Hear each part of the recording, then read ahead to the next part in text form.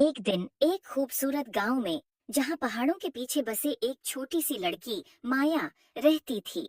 माया का एक ख्वाब हमेशा से था कि वो जादू की दुनिया में होती, और इसलिए वो हमेशा जंगलों का सफर करती रहती। एक दिन जब माया जंगल में गहराइयों में बंद रास्ते पर चल रही थी, उसने एक अजीब व गरीब मंजर देखा। एक दरख्त के नीचे झाड़ियों और पत्तों के नीचे एक छोटा सा खाकी बक्स छिपा हुआ था। उसकी सतह पर एक अजीब रोशनी चमक रही थी, और माया को महसूस हो रहा था कि उसके गर्द एक राज है। माया ये देखकर बहुत खुश हो गई, और उसने देर न की। वो उस खाकी बक्स को धीरे से साफ करने लगी।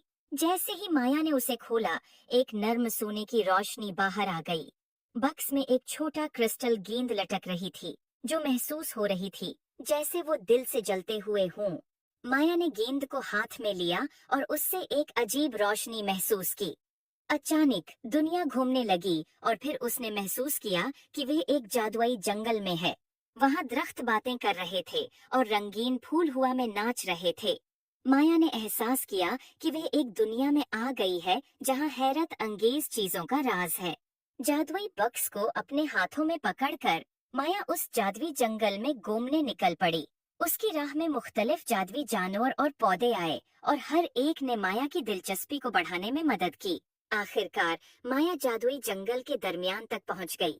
वहां एक शानदार क्रिस्टल का महल था, जिसकी टावरें धूप में चमक रही थीं। और इस सब के बीच में एक अक्लमंद बुजुर्ग खड़ा था, जो जंगल के जादू का मुहाफिज था। अक्लमंद बुजुर्ग ने मुस्कुराते हुए माया को जादुई डब्बे का हकीकी मकसद बताया। ये जंगल के कदीम मुहाफिजों का तहफा था, जो खालिस दिल और बहादुर रूह वालों को सौंपा जाता था।